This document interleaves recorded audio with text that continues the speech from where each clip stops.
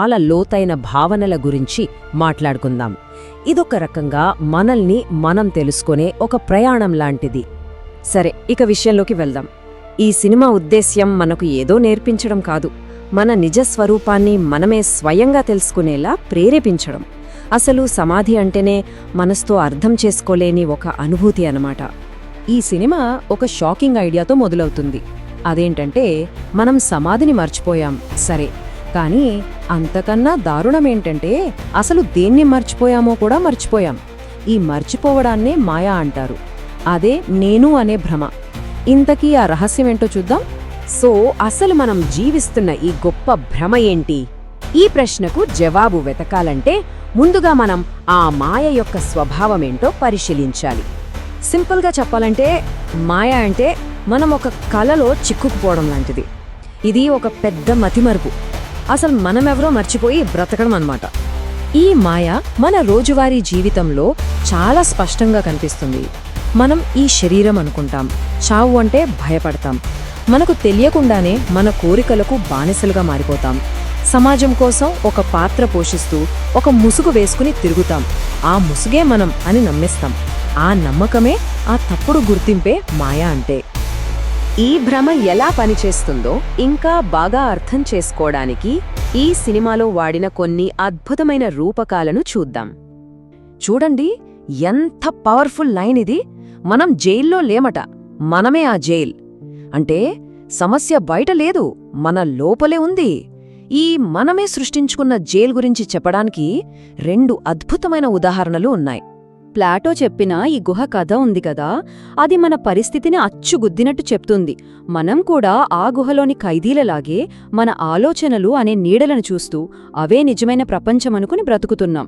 ఆ నీడల వెనుక అసలైన ప్రపంచం ఉందని కూడా మనకు తెలీదు. ఇక 2వ ఉదాహరణ ది మ్యాట్రిక్స్. ఇక్కడ కూడా అదే పాయింట్. మనల్ని కంట్రోల్ చేసేవాడు ఎవరో బయటలేడు. ఈ భ్రమను సృష్టిస్తున్న ఆ యంత్రం, ఆ శత్రువు మనమే. సో ఇదంతా ఎందుకు జరుగుతోంది? ఎందుకంటే మన అహంకారం కొన్ని చిన్న చిన్న ప్రోగ్రామ్స్తో నడుస్తోంది. వీటిని చిన్న యజమానులు అనొచ్చు. డబ్బు, హోదా, అధికారం, శృంగారం, ఇతరుల అటెన్షన్, వీటి కోసం మన ఆరాటం ఎప్పటికీ తీరదు. ఈ కోరికల చక్రంలో మనల్ని బంధించి ఉంచుతాయి.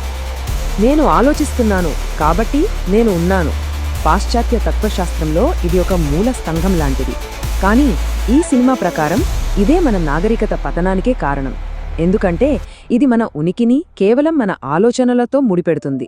అంటే మనం మన ఆలోచనలు కాదు, అంతకన్నా ఎక్కువ అనే నిజాన్ని ఇది పూర్తిగా పక్కన పెట్టేసింది అన్నమాట.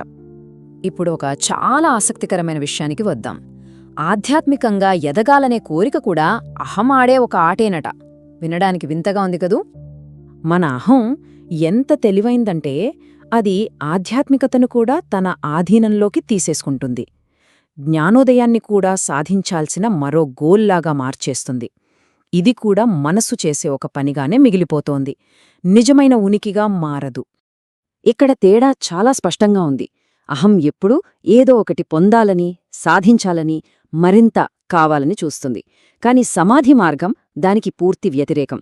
అది ఉన్నదాన్ని వదిలేయడం గురించి చెప్తుంది, కొత్తగా ఏదీ సంపాదించడం కాదు. ఇది వినడానికి కొంచెం కఠినంగా ఉన్నా చాలా లోతైన విషయం. ఇక్కడ చనిపోవడం అంటే భౌతికంగా కాదు, నేను అనే భావన చనిపోవడం. అహంకారానికి అంతం పట్ల ఉండే భయాన్ని దాటి ముందుకు వెళ్లడం. సో ఫైనల్గా సమాధి అంటే ఏంటి? సింపుల్గా చెప్పాలంటే పోరాటం ఆపేయడం, మన లోపలున్న ప్రతిఘటనను వదిలివేయడం. సిసిఫస్ కథ మనకు తెలిసే ఉంటుంది. అతను జీవితాంతం ఒక బండను కొండపైకి నెడుతూ ఉంటాడు, అది మళ్లీ కిందకి దొర్లిపోతూ ఉంటుంది. అహంతో బ్రతికే మన జీవితం కూడా ఇంతే, ఒక అంతులేని నిరర్ధకమైన శ్రమ. ఈ జెన్ సామెత చూడండి ఎంత అద్భుతంగా ఉందో.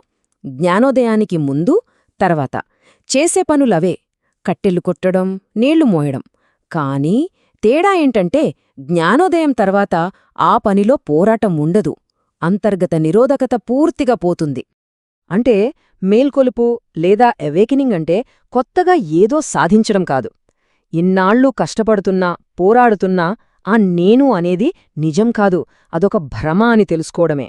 మార్పు బయట కాదు, మన గ్రహింపులో వస్తుంది. సరే, ఇదంతా మన లోపల జరిగే విషయం కదా. దీనికి బయటి ప్రపంచానికి ఏంటి సంబంధం? అసలు ఈ అంతర్గత మార్పు మాత్రమే నిజమైన విప్లవం అని ఎందుకంటారు? బయట మనం చూసే గొడవలు, యుద్ధాలు ఇవన్నీ మన లోపల మనతో మనం చేస్తున్న యుద్ధానికి ప్రతిబింబాలేనట. శాంతి కోసం పోరాడటం అనేది నిశ్శబ్దం కోసం గట్టిగా అరవడం లాంటిది. ఎంత అరిస్తే అంత శబ్దం పెరుగుతుంది, అంతేకదా? జె. కృష్ణమూర్తిగారు చెప్పిన ఈ మాట వినండి. సమాజం మొత్తమే ఒక రోగంతో బాధపడుతున్నప్పుడు దానికి తగ్గట్టు మనం సర్దుకుపోవడంలో గొప్పతనం ఏమీ లేదు. ఇక్కడ ఆ రోగమే అహంకారం, దానికి మందు సమాధి. చివరిగా సైన్స్ ప్రపంచంలో ఒక గొప్ప మేధావి ఆల్బర్ట్ ఐన్స్టీన్ ఏమన్నారో చూడండి. ఒక మనిషి గొప్పతనాన్ని కొలవాలంటే అతను నేను అనే భావన నుంచి ఎంత స్వేచ్ఛ పొందాడు అనే దాన్ని బట్టి చూడాలట. అంటే ఈ భావన ఆధ్యాత్మిక గురువులకే కాదు, గొప్ప సైంటిస్టులకు కూడా అర్థమైంది. సో చివరిగా ఒక ఆలోచింపజేసే ప్రశ్నతో ఈ విశ్లేషణను ముగిద్దాం. ఇన్నాళ్ళో పోరాడుతున్న ఆ నేను అనేది ఒక భ్రమ అయితే ఇక మిగిలిందేంటి? ఈ ప్రశ్నకు సమాధానం మనలోనే ఉంది.